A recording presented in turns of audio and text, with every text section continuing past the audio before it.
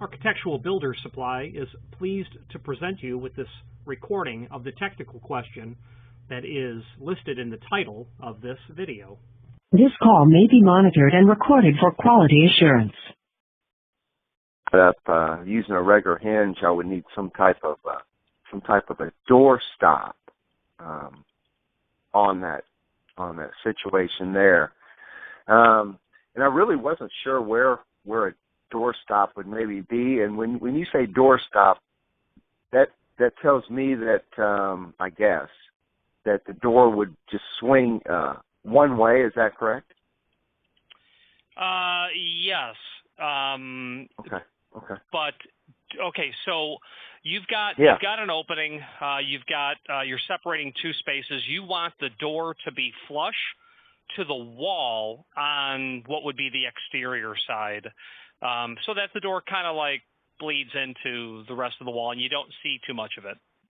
Okay. Yeah, yes, I want the door to be, yes, I like the door to be, if I can't have it flush, that's fine, but if I could get some kind of hardware set up to where the door is flush with the finished part, of the finished room, I might say. Mm-hmm. So, looking at your photographs, you're going to place that door inside of that opening, and you're going to have to move it out towards the finished side of the, basement or whatever it is. So, yeah, it's basement, correct. Yeah. So the bottom line is, you're going to have an 1 3/4 thick door, let's say, and you're going to have 4 9/16 or whatever, 4.5 inch of wall, and correct. So the door is going to be, mounted towards the one side. Now, you obviously, yes. I'm thinking you want the door to swing in only. That's fine. Yeah, that would be fine. Yes, as long as it swings, in towards the unfinished area. Yeah. So when you're coming out of the unfinished area, you can pull the door towards you. That would be fine. That would be fine. That part on the finished side of the door, I would kind of rather not have any kind of, like a doorknob or things like that you pull or anything like that. If I can keep that without that type of hardware and just kind of push it into the unfinished area, is there any setup that would provide me that? Yeah, I mean, you can put your door there. What are you going to put on the face of the door? Were you going to run drywall? No, I was just going to keep the slab. I was just going to keep the wooden slab of the door. Okay. So you want the door to be as close to the outside so that it's flush, and you want to push it in, and you're saying you don't want any hardware to push it. Okay. I mean, the obvious only downside to that would be over time, touching the face of the door is going to, will fatigue the paint or whatever is done. So the issue comes in with the stop as follows, and there needs to be some hardware. Are you in my website by any chance? No, I'm not. No, I can be. Okay. Well, the reason I asked is I would like to be able to pass you a file or files so that you can look at something with me at the same time. And if you're in my site, you can join the chat. We can live chat, and I can pass you a file that you can kind of see what I'm driving at here. Okay. So if you can, why don't you hop into the computer and then go to absupply.net. I'm sorry, what was it, Richard? I'm sorry. A-B? That's okay. Yeah, Alpha Bravo absupply.net. Okay. .net. Yes, sir. And that was LB. No, sir, just AB as an architectural builder supply. Gotcha. Thank you. Okay, AB.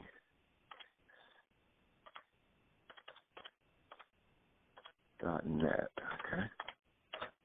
All right. Okay.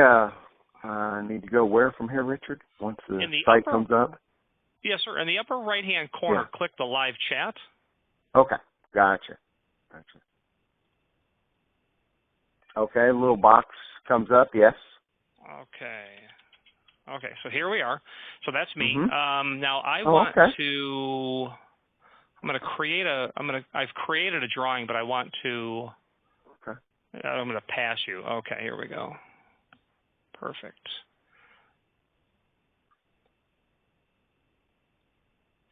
Okay, so that little thing that I've just sent there, that represents what we're talking about. The issue is if you were to, and we know the door is going to swing in that direction. Yes. If you were to swing the door, if you were to push the door in the opposite direction, let's see. Is that, when you say opposite direction, that's coming out of the unfinished area? That's right. Okay, I follow you. Okay. Oops. Cancer. 'Cause, yeah, that's perfect. The drawing as far as, looking down on the door from the top. Yes, and I'm wanting the hinge side when we're looking at the drawing from the top on the left. Yes, sir. Okay, so gotcha. In the second file that I just uploaded, if you were to push on if the door were to be pushed, yes, in that direction, the purpose of the door stop is what's going to keep the door from being pushed in that direction. So we have to figure out a hardware way by which to prevent that from happening. And that's what a door stop does. So you want your door to be flush with the wall. We're going to need to figure out where to place such piece of hardware. Now, you could, and I just need to stammer for a bit as I pull up the next thing that I want you to look at. That's all right. That's okay. Okay. And I got a question for you when you're through, getting what you need to get there. Okay. So what I just populated there, that link, if you would click on that link, that shows you what a stop looks like. So what you could do, and oh yeah, I see it there. Yeah, kind of an L-shaped bracket type. Yeah. So what we need to figure out is where you might locate that. Okay. In the opening, so as to prevent that door from swinging out, because it won't be. The hardware stop is also going to allow you to force that door to be flush. Okay. So if you were to strategically place that stop, that next thing that I just popped up there, if you were to mortise the face of the door and have that stop hang into the opening a little bit, or you could do it up at the header as well, that will prevent the door from coming through. So the practical problem we have is, how do we prevent the door from swinging in the wrong direction? And I realize it's not something that we're really concerned with, but we need to be concerned with it because it can actually happen.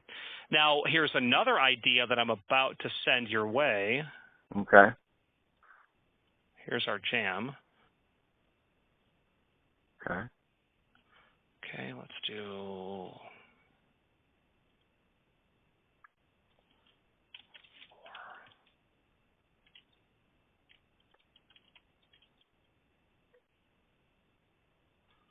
You could do this at the header as well. If you were to mortise the edge of your door, now that's just the right side of your opening. That's this is the right side. Okay. This is the right side. If you were to just take, and again, this is all in plan view. We're looking down at a cross section. If you were to take the edge of your door and mortise that, and then add that little piece of wood, that small rectangle, the smallest Yeah. rectangle in the center. You could that could act as your stop, and you could make that flush to your wall, and then so the seam, you would see the edge of the door to the jamb on the hinge side as an 1/8 of an inch gap. At the header, you'd see it, and then on the right side, you'd see it as well. But it's just going to be scooched over like 3/4 inch. So that piece of carpentry would permit you to, turn that into a means by which you're going to prevent the door from swinging in the wrong direction. So coming up with some sort of idea to prevent that is what we need to is what you need to solve. You're going to want to solve that because you're going to force the door to be in the proper direction. Now, you said you had a question, so what would that be? That would be, does the 1/2 inch of drywall, does that come into play anywhere when you say, mortise or tenon type of thing? That 1/2 inch of drywall, does it come into play? Because to my eyes, when you're bringing that door slab, even with the finished wall, yes, you have a 1/2 inch of drywall there before the door, connected to the door jamb. And since you have a 1/2 inch of drywall there, that's taking away a 1/2 inch from your side of your door, which is, I think you mentioned 1 3/4. Or whatever thickness of door you're going to use. It's 3/8 inch. Yeah. Does that come into play that 1/2 inch of drywall is there? No, not at all. Not at all. Okay. Got it. From a mechanical perspective, it doesn't. You're going to need to put a piece of J bead around the edge of that when you finish it. But I'm not a drywall guy, but you'll need to do that. You'll need to finish that off so you're not having it flake on you. So you had come to the conclusion of pivots, and that's good. You can make a pivot work. I think the pivot makes it too much work, and the link I just posted there, if you would click it, is the raised barrel hinge. And it admittedly takes a minute to study that, but you'll notice either on the left side or the right side, what they do with a raised barrel hinge is the barrel is just literally bent so that you can install that onto a frame where the barrel is actually not hanging off the face of the frame. So what it would actually look like would be more, I'll make a little drawing here so that it makes sense in your application. Let me get back to your little box here. Okay.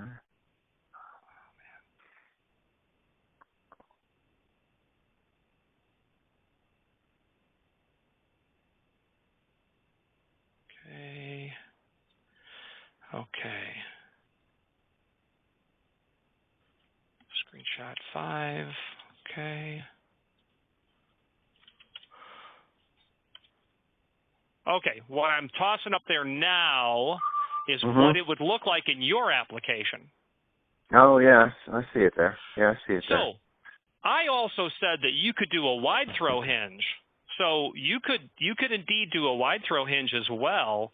And what a wide throw hinge is going to look like is going to be, just give me a second. Okay. So a wide throw hinge is a hinge that's simply wider than it is tall. And you'll see those very often in lots of applications where you, for a couple of different reasons. Yours isn't really, yours is a reason why you would use it. Okay, screenshot 6.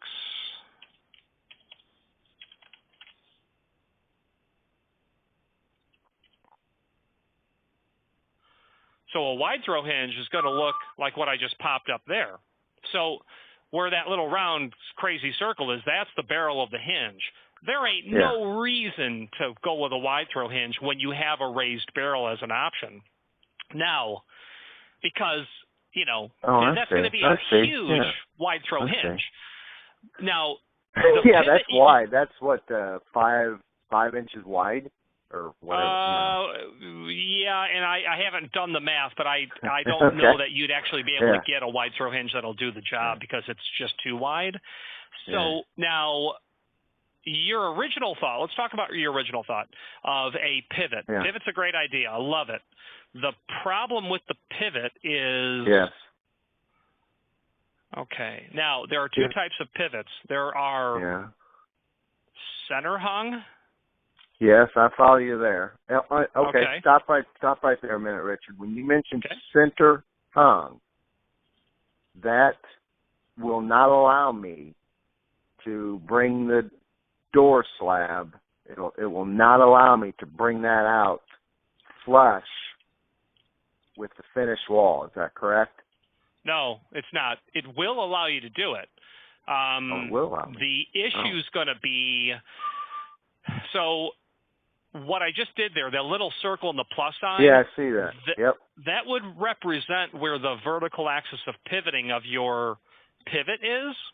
Yes, I see that. You can make a center hung pivot work, but the gap between the edge of the door and the frame on the left side, on the pivot side, you would have to increase that by a large degree. You'd have to make it at least a 1/4 inch, because when the door would go into its opening cycle.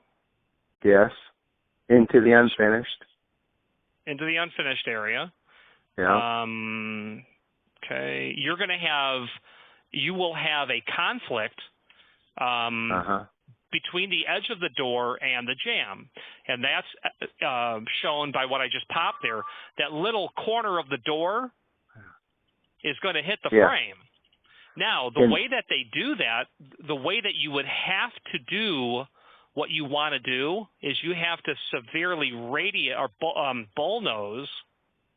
Oh yeah, kind of router. You have to router that. Yeah, I follow you. I got you. Yeah. So we would call it a bullnose. Just think of the top row of tile in the bathroom. It's literally the same concept. So and it would look like that's what I just posted there, a little rounded corner. So you could do a center hung pivot. You can hide that hardware. You can radius that over, and that would all work. The issue becomes is you can go with the center hung or the raised barrel. Going with the raised barrel, while those hinges are not cheap, it's going to be less overall work. Let's just say that the raised barrel and a center hung pivot are about the same cost, which they're not, but just for sake of it, you won't have to. How are you going to radius that door? You'll need at least like a 3/4 inch round over, a bit actually larger, to put on there so that you can make the margin between the edge of the door and the jamb like an 1/8 of an inch, really tight. Yeah, I see. Yeah, right. 1/8 of an inch. Yeah, as far as it's getting it 1/8 of an inch away from the jamb. Now, when you say, I follow you when you say, I have to radius the edge of the door around that over. I have to also do it to the other edge of the door too, correct? Well, that's the issue is going to become you're going to have a margin between the opposite side for the door to actually swing. And I've got, actually, you would not have to. I have that squiggly line on the right side. Imagine if that bevel was drawn correctly like this. And then we're going to radius it over. The standard bevel is going to work on that, is what I'm driving at. So you wouldn't have to.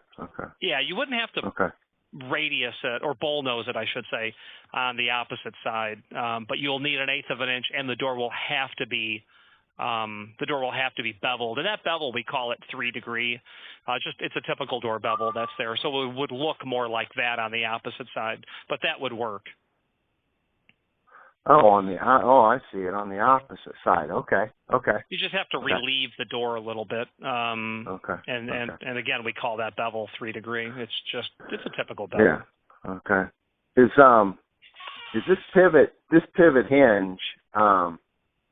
as far as mounting goes on the bottom, is this pivot hinge mounted to the floor or to the door jamb? So they make pivots that will mount on either the floor or it will rest on the floor, and then you screw it to the jamb. Gotcha. They make both. Gotcha. Okay. Okay. All right. Okay. To me, the pivot hardware is definitely nice because it's slick. There's no question. I've mortised.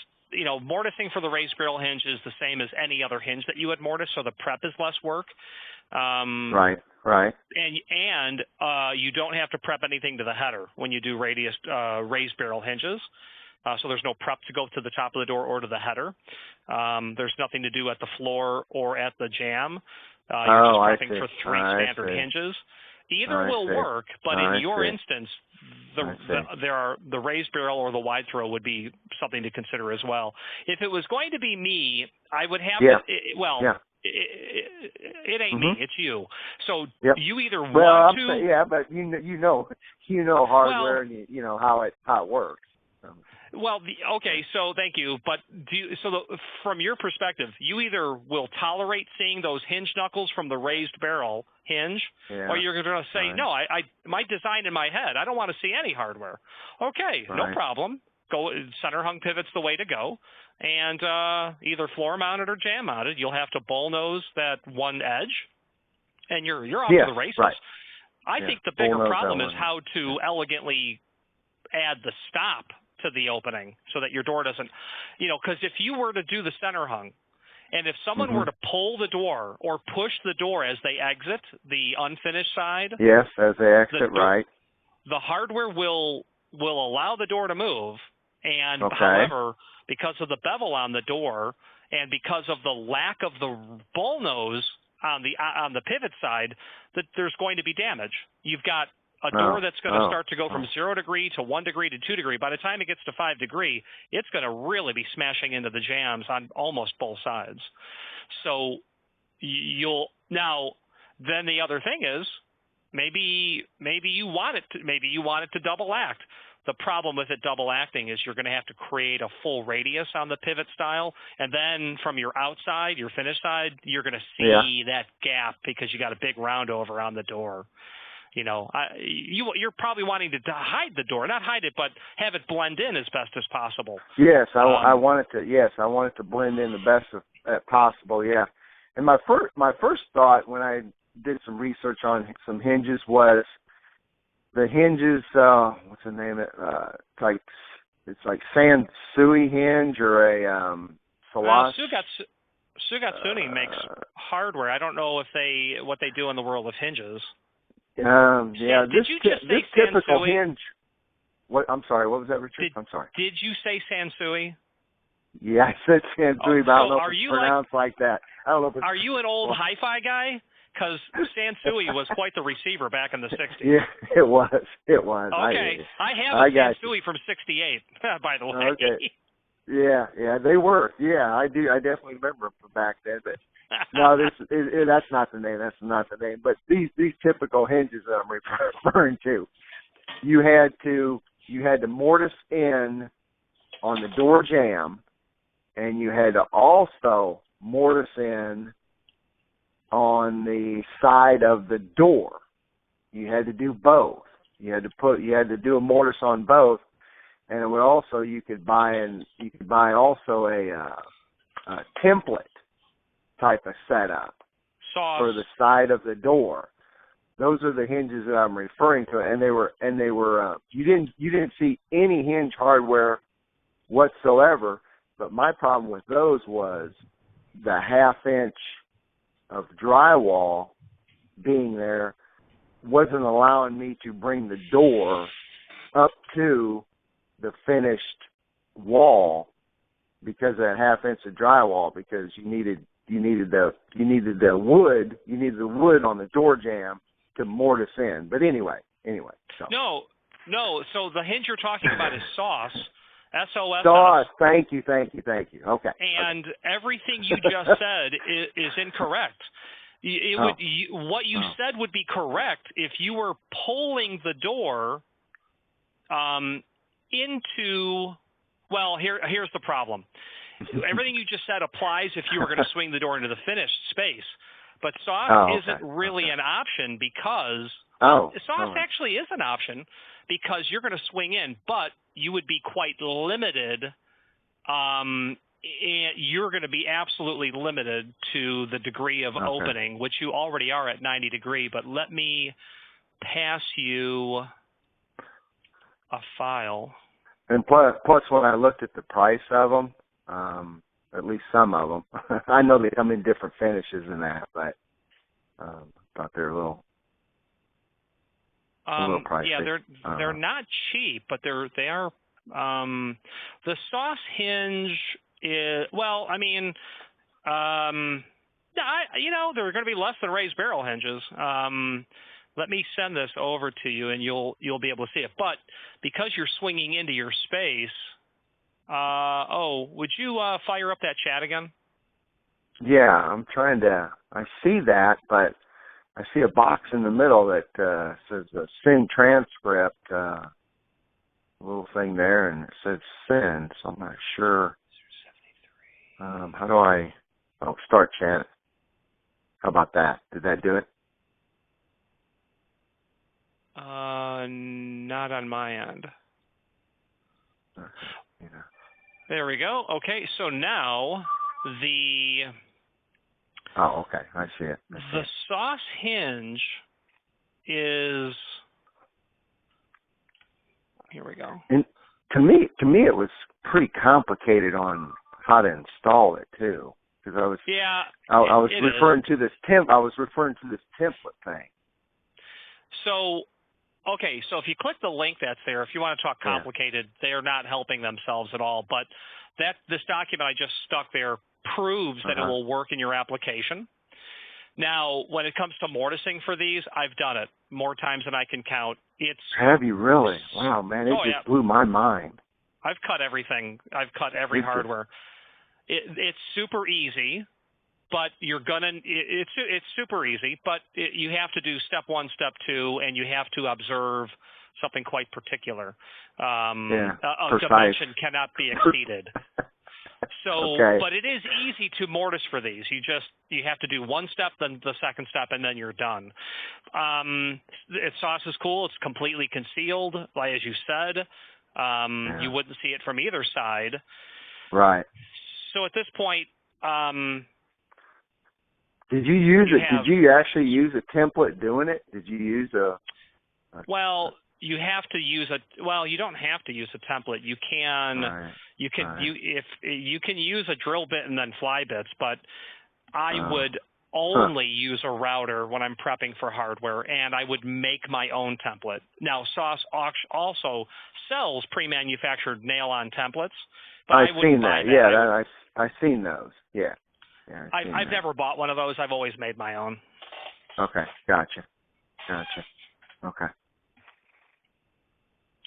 Yeah, so the SOS hinge would definitely work in your application. The issue with that is if you tried to push the door more than 90 degree, you're going to have, not too much would happen, but if someone were to take the door to 90 degree and then push it further, you're going to, something can get damaged.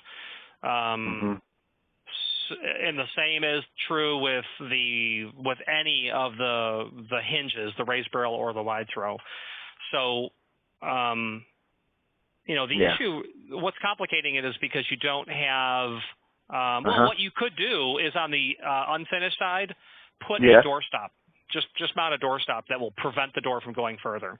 And then you could never damage the door and its hardware at all. So on your floor there, you could stick something. Yeah, I could put on the floor. I could put a rubber bumper door stop over by. Where's that picture of my unfinished area? I could put it over by. I think I got a light, like a floor light. Yeah, there's something red there. Yep. Yeah, exactly. You're going to put it right basically where the dustpan is. So yeah, that's where correct. it's got to go. Exactly. Yeah, that's what I'm thinking in my mind too. Yeah. That I could put it there, and that wouldn't, allow it to. Exactly. Right.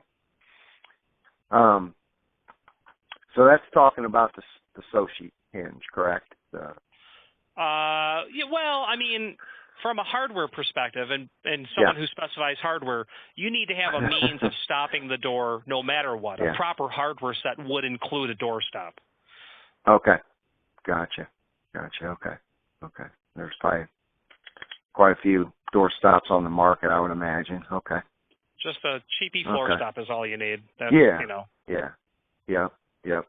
And there's no problem. To me, I don't think I need anything that's, as far as hardware, that is going to need to transfer much weight. I mean, we're looking at a door that's basically 80-pound door, as far as weight goes. And all of the hardware we've discussed will easily handle, a 150-pound door. So what you'll toss at is not going to be problematic. Okay. Gotcha. Okay. All right. Yeah, in terms of pulling the door open, you had said, a surface pull, something. You could do something a little more elegant if you wanted a flush pull that you would mortise to the door, or something mortise to the edge. So you've got lots of options to pull that door closed. To pull it open. Then, if you wanted to get even slicker, toss up there a small little door closer on the unfinished side, and then the door would always close behind you. A door closer on the unfinished side. Yep. Where is the door closer mounted on the unfinished side? Is it mounted on the jamb, or where is that? So in your application, we would have to look at the mathematics of the inset of the door in relationship to the header. But yes, ultimately you would install, if you wanted it self-closing, you would install a closer on the unfinished side. And you'd have to probably do a little bit of contortion to make it work, but not too much, because your door from the unfinished side is sunk into the frame, and you would probably mount a track to the header, and you may have to build the body of the closer off the face of the door to account for that inset. Because normally on a pull side mount, your door and frame your door is basically flush to the frame. In your instance, it wouldn't. But actually, I don't think it would really matter at all. You would mount that arm to the header, and I don't think you would have to make any accounting for that, because it's a regular arm mount. But you could also, you probably didn't. It being self-closing is probably not part of the operational narrative. No, it doesn't. I don't. It would be nice to have it. It would be very nice to have it self-closed, but no, that's something that now I can definitely do on my own as far as close the door. Yes, but I see what you're saying. Yeah. Oh, and that's another thing. When you pull that door open, you're going to need some means by which for the door to close behind you. So where you're going to put your hands on the door needs to be thought out as well to pull it behind you. So it either being self-closing or having something there to, some sort of small finger pull or something. Yeah, when you say small finger, on the finish side, I'm trying to get away from that, but I see what you're saying as far as that goes. Okay. So I have some options, evidently. Okay. Man, all right. When you mentioned cost-wise, what's my... So the link that I put there is to a knife pole that you could mortise to the edge of the door, and you would see a small amount of it, but it would only appear in that little X that I just draw and posted there. So you'd see a small amount of the hardware, but not too much. So in terms of cost, I raised see, barrel I hinges see. are going to be in the $50 range each. Sauce hinges are probably about the same each. Okay. A center hung pivot, that would be an 0128 center hung pivot. You're going to be about $150 for a center hung pivot. The wide throw hinges will be obscenely expensive. Yeah, no, that's okay. So, yeah, I mean, okay. you know, you're good. So the bottom line is it's going to be about $150 to hang this door when it comes to just hanging hardware. Yeah, for the hardware. Yeah, that's no problem there. Yeah, that's definitely. But keep in mind the raised barrel hinge. I have to order those because the ones I stock are probably $80 each because they're the kitchen sink version. So if you order one and you need it now, I've got it, but it's got other features that you may not need, like ball bearings and security pin. I see. The sauce hinges are in stock. The pivot is going to take about a week to get shipped out because that's made to order. Okay. All right. Okay. All right. Let me study this a little deeper here, and but hopefully I can come up with something. And you've been a great help. There's no doubt about that. I'm trying to get what I need here anyway. For the application that I'd like to do. But yeah, okay. And then just as a parting, Stanley. So yeah, Stanley manufactures wardrobe pivots, and you might study those to see if any of this works for your application. The question becomes you'd have to force these to work because they don't swing. Let's see here, right? Well, yeah, you could probably make the 341 work. Anyway, just more, whoever's the carpenter on this job has a lot of homework, and if that's you, then you've got to decide how you're going to stop the door and how you're going to hang the door. Yeah, I got you. No, it's probably not going to be me doing the carpentry, but I'm trying to at least do the research on it to where to get the, best application for my needs, and you've been a great help for that. No doubt about it. So, yeah, okay. All right. Okay, let me do some contemplating, and I'll definitely be in touch with you on this. Great. Sure. Yeah, I'm glad you called, and sorry that it took so long to hook up, but it was worth the wait, at least for my perspective. Yeah, mine also, definitely. Yeah, gave me a lot to think about as far as that goes. Okay, all right. I'll most likely be in touch, and I appreciate your time, Richard. Thank you, sir. Bye-bye. Okay, all right, bye.